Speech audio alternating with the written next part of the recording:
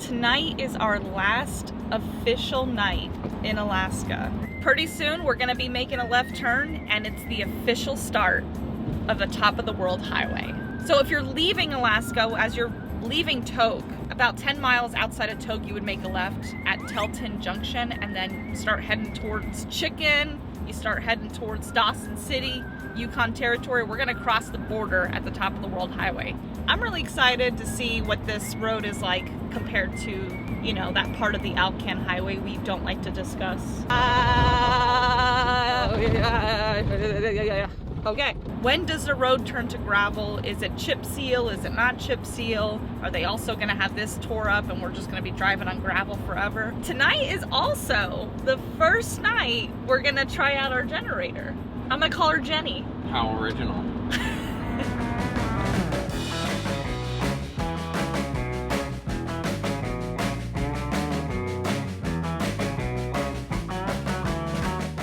Hit it at the right time. It is September 1st and the border crossing actually closes up here on the top of the world highway September 4th. Really? I just learned about that and I'm so glad somebody mentioned it. I had no idea. Do you think we'll be their last customers? We might be. Like, it makes you wonder, do they just eventually like, all right, we're done. That's the last one to cross. Shut her down. See you next season. Well, it makes sense because we were looking at the weather yesterday for Dawson City and it's gonna have some lows in the 20s over the next couple days. When you're up here and the weather changes, the weather changes. What's cool is we kind of get to chase like fall weather all the way down. I just hope we don't hit any snow. Jenny's tagging along. She's strapped in the back. We filled her up with some gasoline yesterday and we also have a gas can just to have a little extra fuel. We're not sure what type of dry campers we are. Are we the people that are gonna blow through like gallons of gasoline while dry camping? You guys remember when we did some boondocking in Denali State Park and we were very nervous about running a lot of things because our batteries seemed to be draining faster than we imagined, but we still made it through the weekend. But now we can really test the batteries. We can really drain those down because we have a way to charge them back up.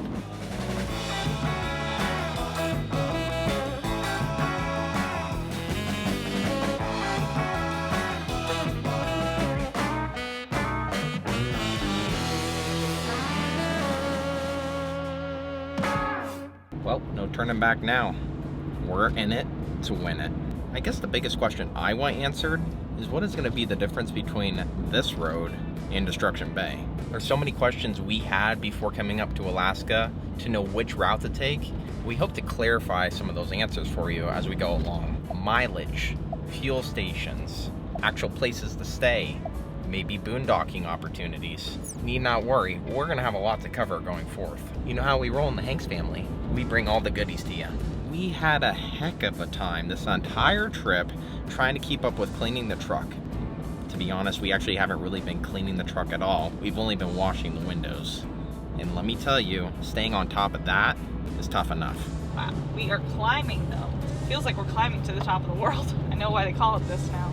If you're wondering why I'm always driving, I'd rather drive than have to do camera stuff. Carl's way better at holding the camera and getting all the shots you need, so I'll be right here if you need me.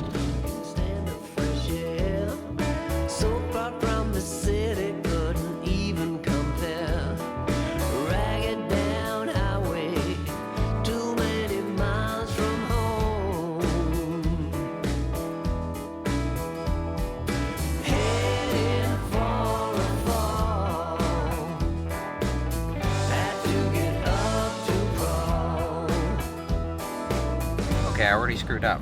Nate took it upon herself this morning to load the maps and get everything set up perfectly. What do? I accidentally exited the maps on my phone. Now we have no signal and no way of knowing where we're going. Hopefully, this town of Chicken has some cell service. If not, the Hanks are just gonna get lost in this top of the world highway. Come find us. Now get this. This town of Chicken only has 3 businesses. And the coolest part is they have a life-size statue of a chicken there in town. And it's made up of recycled high school lockers. Talk about thinking outside the box. Was that a dad joke? It was kind of like it skimmed the surface there. We'll go with it. Initial thoughts so far on this road? Hey, it's another road. Nothing we haven't handled thus far in our travels. The major concern, however, is going to be when we cross over into Canada and we travel from Dawson City down to Whitehorse. That's where the roads have a great potential to get sketchy. Maybe I spoke too soon. Not so many heave-hoes quite yet, but more just jolting and jittering. So hopefully no leaky pipes in the RV or knocked over bookshelves when we get back there to check it out. Hopefully. These views are amazing though. Like what was that? Kind of reminds me of when we drove the Cassiar Highway. You feel like you're up top here. Like I feel like we have the bird's eye view of Alaska up here. Yeah, it's an interesting concept to think we're going south eventually, but before we do, we gotta head north and east as well. The top of the world kind of takes us in a different direction than what we were originally heading before. That's okay though, because we're excited to see some new things. That's what it's all about, and I'm glad we're doing this. Ask me how I feel about that in a couple days though. Just remind me. Oh my gosh. I think we're gonna need a new rig after this Alaska trip. This is some of the roughest roads we have experienced since being in Alaska. It is what it is.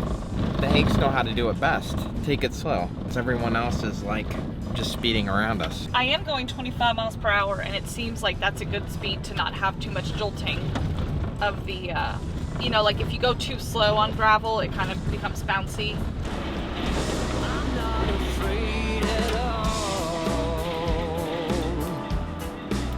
We're finally hitting some loose gravel, and we're about 50-ish miles from that junction in Tok. If Alaska's like this, I don't know what Canada's gonna be like.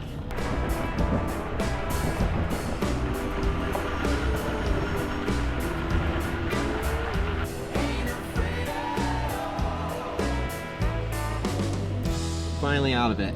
Let's see what the rest of this road holds for us.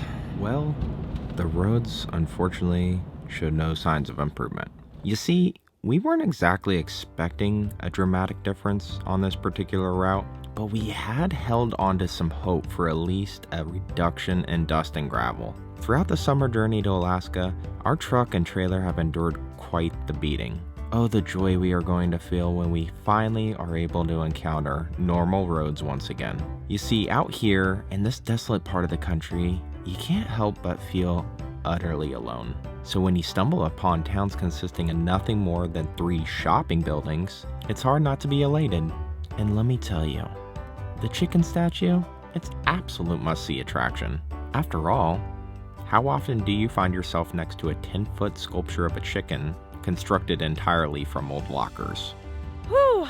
Well, a quick stop turned into an awesome, like, hour-plus hangout. We met some of our peeps here. We got Grand Design Solitude. So I know we didn't make it to a national rally, but we're kind of having our own little Grand Design rally here in Chicken, Alaska. So sweet. They bought us some cherry pie from the cafe. Delicious. So make sure you stop here and get yourself a slice of pie. All right, I met some friends. We got some pie. I love it. Can we all cheers our pie? Pie and chicken. It's like you want to stay here longer, but it's time to make our way to hopefully somewhere to boondock tonight. I've been meaning to share with you guys that I downloaded the app iOverlander. I downloaded that so we can find some really cool boondocking spots, because the other apps we have will show some boondocking, but this app is like meant for wild boondocking. I'm gonna use that app. We're gonna find a place to boondock tonight. We're gonna get the generator out and we're gonna see how that puppy roars. You ready to go, Carl? Ready, let's rock All right. Roll. Let's get that generator ripping. It's important to note here that there is absolutely no cell service. Yeah, I said that right. 0 cell service. So if you plan on visiting Chicken or exploring more of Alaska, here's a valuable tip. Get yourself a copy of the Milepost book. It's known as the Bible of Alaska travel, and here's why. It's filled with information like fuel resources, foods, towns, and even wildlife suggestions. It has been by far our ultimate guide for exploring the wonders of Alaska and our complete travels throughout. Sitting here, I can't really put my finger on it. Maybe it's the vibrant fog colors, or the inexplicable thrill of just exploring uncharted territory. But the top of the world highway seems to offer something truly magical. There's streams and rivers that go on for miles, complemented by cascading views with vistas of orange, yellow, and red trees.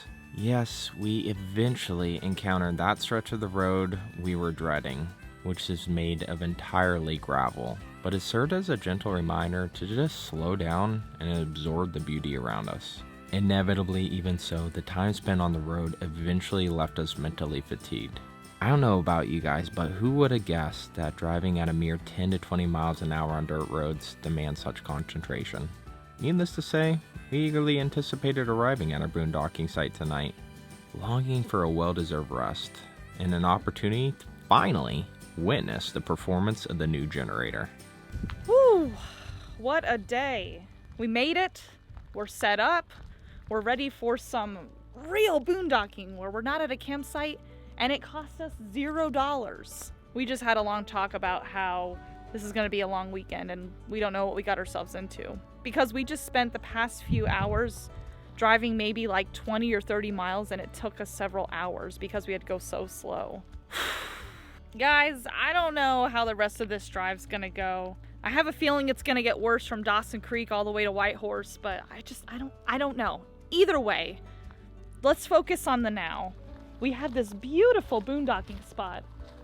I just wish it was clear because we really would love to see the northern lights, but you gotta be grateful for what you have. We got here safely, nothing's broken. I mean, the bookshelf in the back was definitely tipped over because of all the crazy driving. And I'm just gonna leave it laying down because there's no reason to pick it back up for this whole drive.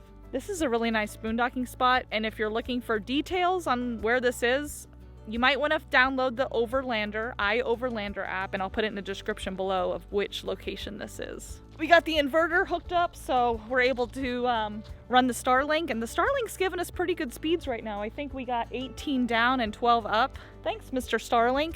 With the Starlink, with our inverter, we can relax and watch TV tonight. We're hungry, we're tired, probably gonna go to bed early, so we'll catch you guys in the morning and give you some more updates on how this site went. Good night.